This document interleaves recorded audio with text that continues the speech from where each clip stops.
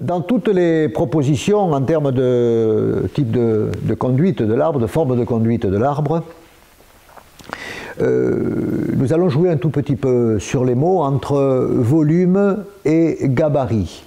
C'est vrai que quand nous avons un verger semi-extensif à des distances de plantation, par exemple de 4 mètres ou 4 mètres 50 sur 2 mètres ou 2 mètres 50, on se retrouve souvent avec des arbres donc, en volume, si vous voulez, c'est-à-dire qui ont quand même une largeur, une hauteur et un volume relativement conséquent, puisqu'entre les deux arbres, nous pouvons avoir des branches qui peuvent atteindre 1 mètre, plus d'1 mètre, 1 mètre 25. Bon.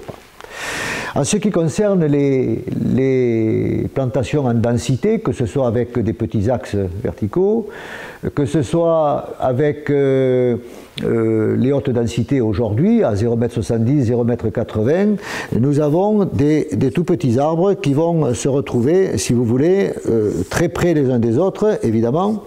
Et là, on va se retrouver avec une notion qui est nouvelle.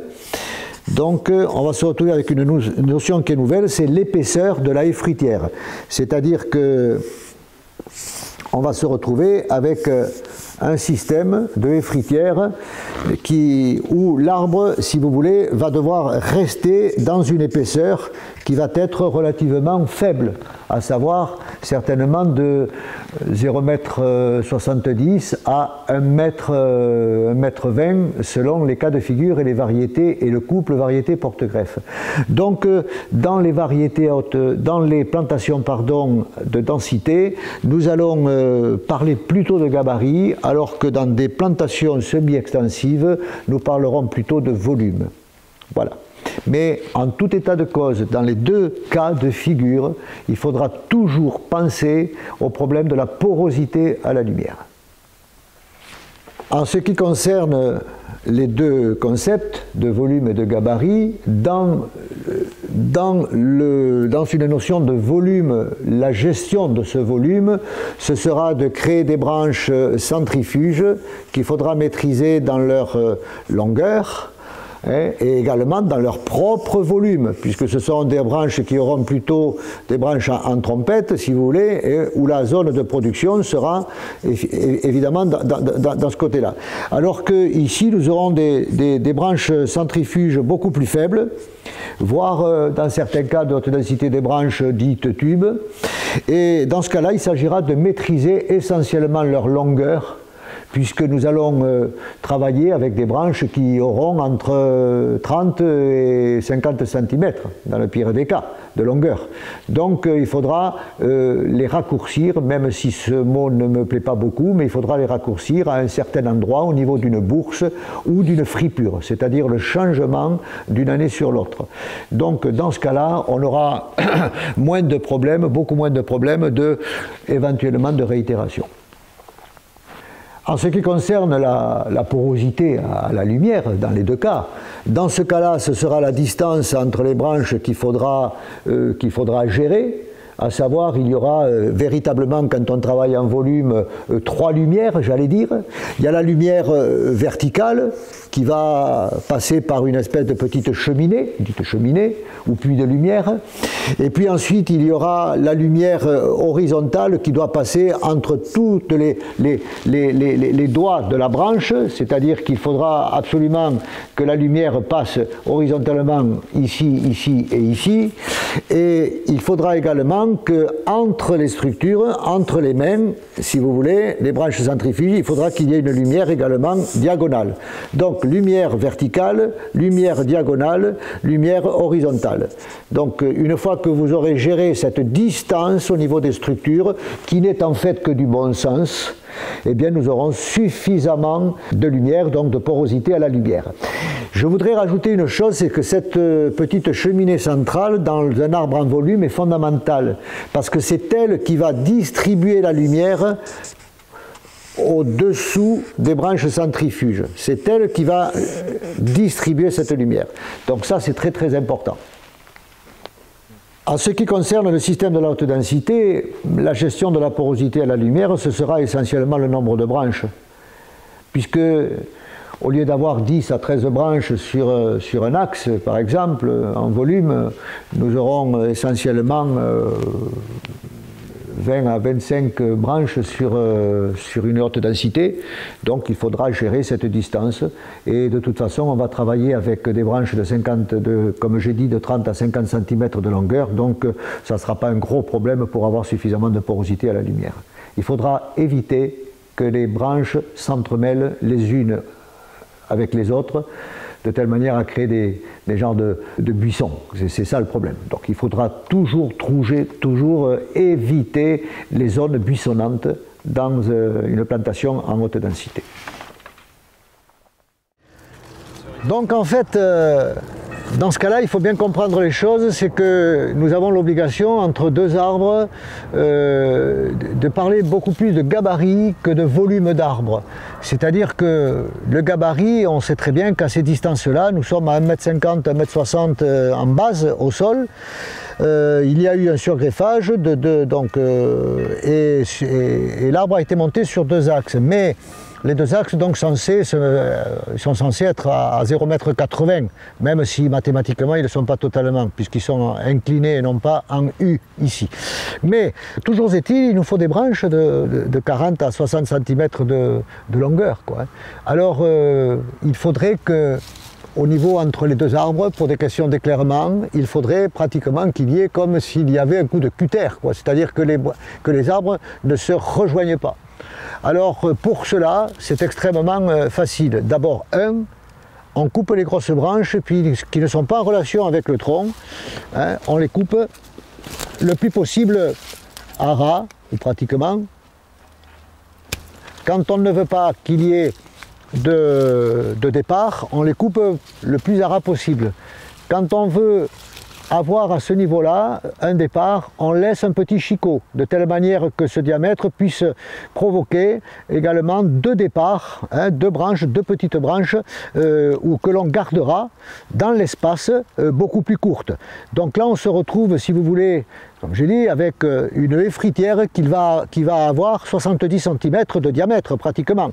Donc si je regarde, bon, il fait 20 et 20, 40, déjà à 40, là ici il ne faudrait pas que je dépasse 80 cm d'étroitesse de haie fruitière.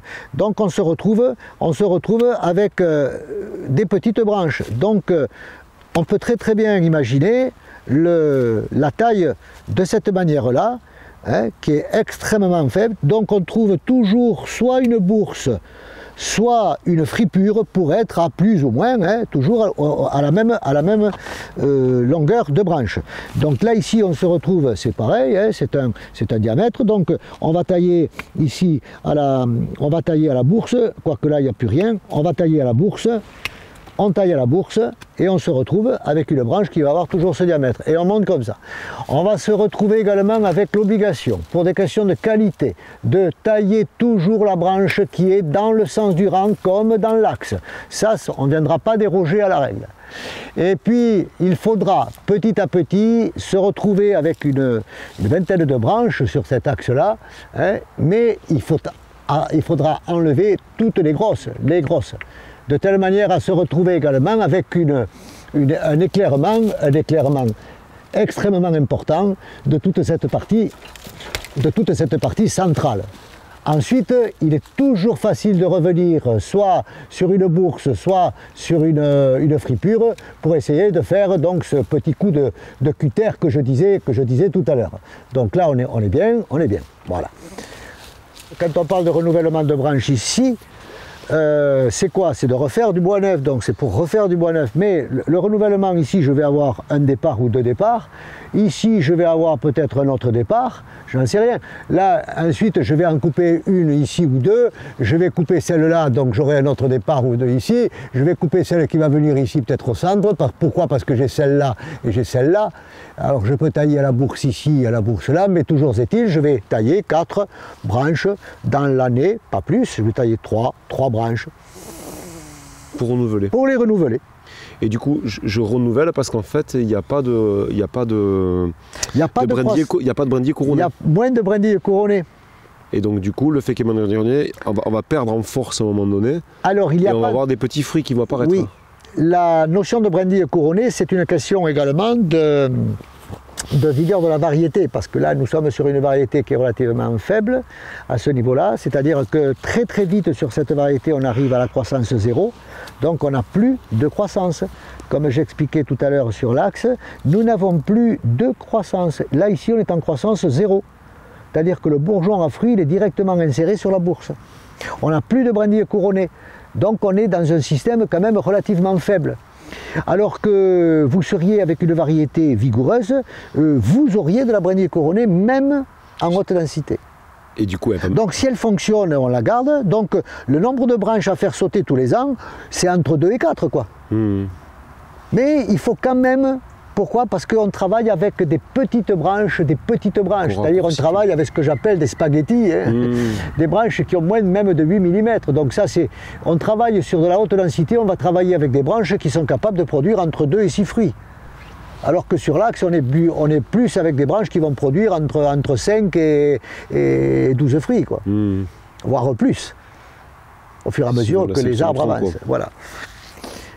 Donc on voit très très bien en oblique, si on met la caméra en oblique, on voit très très bien les grosses branches qu'il faut faire sauter. Oui. C'est-à-dire qu'une branche comme celle-ci par exemple n'a plus sa raison d'être. Alors, pourquoi? Parce qu'il faut gérer une densité de charge au final. Il faut essayer de gérer un tonnage hectare. Si on laisse trop de branches, on va avoir un nombre de branches par fruit, même s'il est idéalisé, s'il est optimisé, j'allais dire plutôt, on va se retrouver avec trop de fruits par arbre. Donc l'éclaircissage va être encore pire.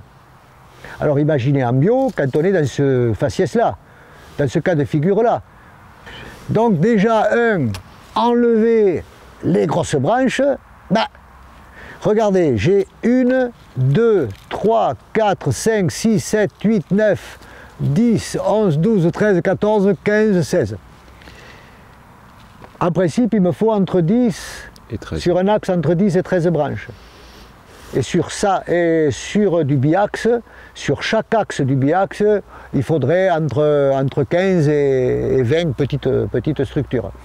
Donc on va se retrouver là avec trop de branches, donc je peux très bien enlever une grosse, je peux très bien enlever celle-là, je peux très bien enlever celle-là, et une de plus peut-être derrière. Justement pour ne pas trop pousser, puisqu'en fait il s'agit de gérer dans le temps, hein, de gérer suffisamment de branches, mais qui ne génère pas de gourmand et qui ne génère pas de longueur. Voilà. Donc si vous voulez sur un arbre comme ça, donc je vais couper cette branche-là, donc je vais me garder ces branches-là, mais normalement je devrais même enlever celle-ci. Alors elle n'a pas de gourmand, donc je peux la garder un an de plus, l'arbre il est fini, c'est-à-dire elle ne va pas me gêner pour la construction de l'arbre, puisque je ne suis plus en formation là. De l'arbre, je suis en conduite. Bon, mais ceci dit, j'ai énormément de branches sur lesquelles il faudra que je gère. Alors moi personnellement, je préfère donc la couper, quitte à faire un trou. Le problème n'est pas là. Ensuite, je vais couper celle-ci parce qu'elle fait partie de la branche G, c'est-à-dire qui est dans le sens du rang.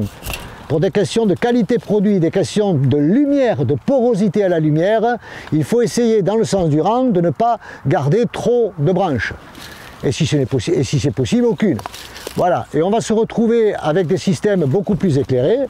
Donc j'enlève le système ici, voilà, j'enlève, je commence à enlever les petites merdouilles, excusez-moi l'expression, mais on les appelle souvent comme ça dans le jargon du métier, hein, de telle manière à se retrouver avec des structures le plus possible à plat, donc où je me retrouve avec un nombre de fruits suffisant par branche, et avec des branches qui ont leur espace. Donc ici je suis sur l'arbre voisin, donc j'ai toujours soit une bourse, soit une autre bourse ici, soit une fripure. Oui, ici il y avait une fripure, bon qu'importe. Voilà, et je vais me retrouver avec des branches qui vont être tout à fait malléables. Là ici je ne vais pas sur l'arbre voisin, donc c'est ce fameux coup de cutter. Voilà, donc ça ici, on va peut-être pouvoir tailler sur la bourse. Voilà, donc et la taille va être extrêmement simple parce que c'est l'arbre qui parle. Chaque branche aura sa... imaginez cette branche-là, chaque branche aura son espace. Hein. Voilà.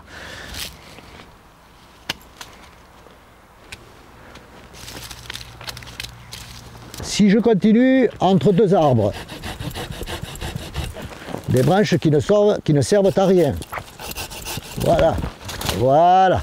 Donc je me retrouve avec mes branches qui sont faites. Alors vous voyez, on peut avoir tout de même en haute densité, on peut avoir un tout petit peu de centrifuge.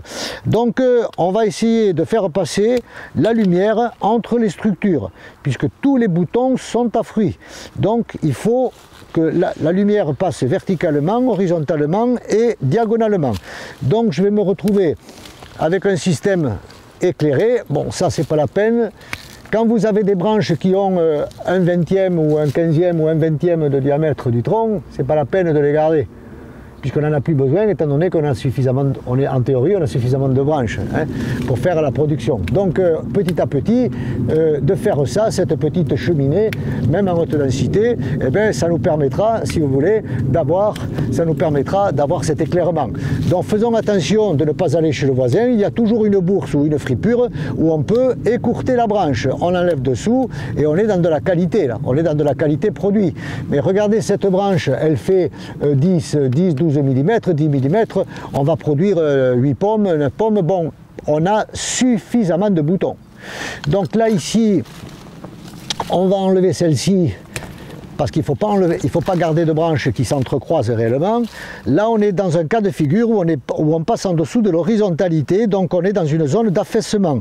Donc dans cette zone d'affaissement, tout de suite on dit à la branche, ben, il faut plus que tu avances.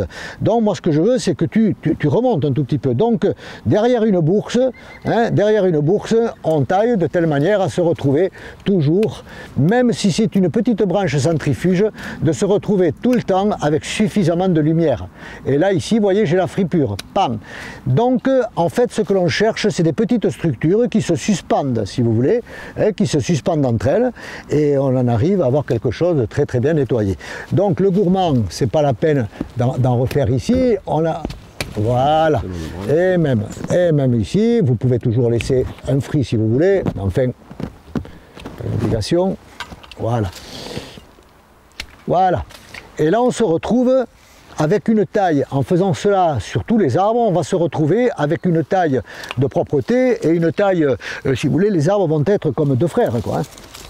C'est-à-dire qu'en fait, nous raisonnons sur le fait que la branche est un support, elle doit avoir une bonne relation de diamètre avec le tronc, et ensuite d'avoir suffisamment de coursonnes et de boutons ou de brindilles couronnées quand on peut aller vers du centrifuge, vraiment du vrai centrifuge. Voilà. Mais les grandes règles, en termes de physiologie, les grandes règles entre la haute densité, quand je parle de haute densité, c'est 3000-3500 arbres hectares et de l'axe à 2500 arbres hectares ou à 2000 arbres hectares. Les grandes règles au niveau de la physiologie, les grands principes restent pratiquement les mêmes.